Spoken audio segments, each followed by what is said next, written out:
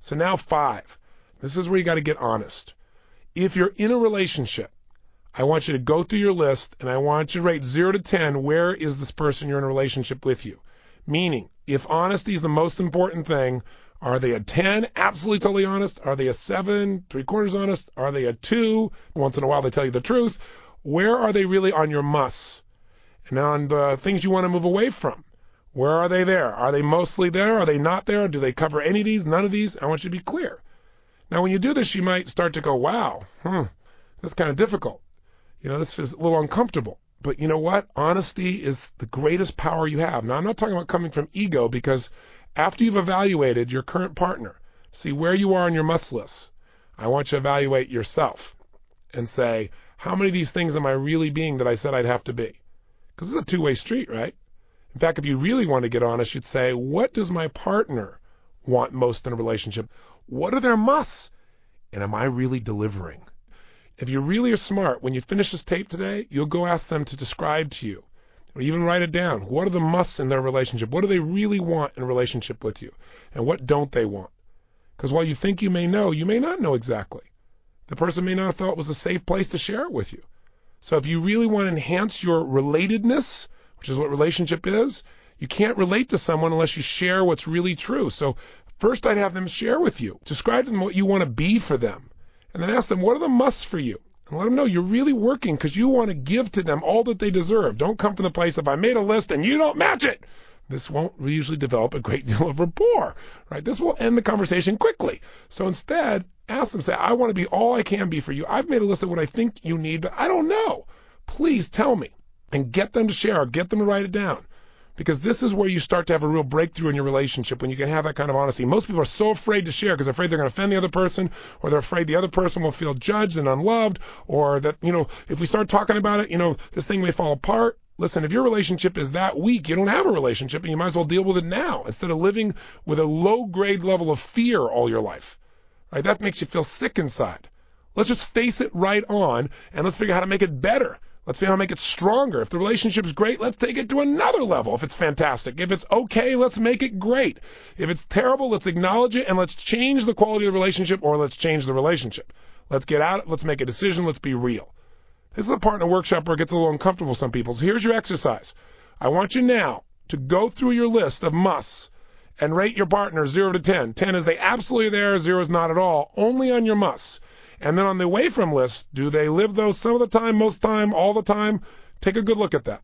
Then the third step is go to your own list. What do you think on that list of the musts for your partner, and rate yourself 0 to 10 on each of those? Remember we said to close the gap between where you are and where you want to be, you got to first know where you really are. If I have a map and I know where I'm going, I know my target, but I don't know where I am on the map is worthless, and I'm not going to get where I want to go. You must know truthfully where you are. No matter how great it is, it could be better. No matter how bad it is, it could be better. But whatever it is, we got to know. The truth will set you free, so take the time right now to score your relationship and score yourself. But when you score yourself, score it as if your partner was scoring you, not you scoring yourself saying, yeah, baby, I'm the best. Now, if you're not in a relationship, here's what I want you to do. I want you to score yourself alone. Where are you? If you're going to track someone of that caliber, how many of these things are musts on your list, the way you describe yourself? You describe all these things you have to be, but which are the musts to attract the kind of person you want? Asterisk the musts, and then rate yourself 0 to 10. Be really clear. Go for it. Okay, now you know where you really stand. Things may be great, things may be magnificent, but you want more, don't you? That's the nature of human beings. If it's great, you want more of it. You want to expand it. If things are not so good, at least you know that too, and you're being honest with yourself about the role you're playing in it. Because this isn't all about, well, someone else isn't meeting my needs. That's not what relationship's about. Remember, relationship's a place you go to give, not a place you go to get. And if you're giving all that you can possibly give and you've made the right selection, the person's going to give back to you because it's their nature to do it if you made the right selection. So now, let's take a look at where you really stand. What do you got to do? Well, first of all, if you're in a relationship and the must needs you have are being met, celebrate for God's sakes. Go acknowledge them. Say, listen, you know what? I made this list. I listened to this silly tape with this guy, Tony Robbins. I made this list of all these things I really want in a relationship, and I circled all my musts. And you know what? I really was honest with myself, and I went through them, and you hit every single one of them. You are so amazing. I am so grateful for you. That'll create a little spark. That kind of sincere acknowledgement will absolutely enhance the relationship. and say, I was making a list of things that I really want to be for you, and I don't know. These are the things I thought would be most important. What's most important to you? Because I want to be more of that. If you're in a relationship conversely and you discover, some of the musts are just not there, then the next question you got to ask yourself is, what would you have to do to meet more of this person's needs so they'd want to be that way?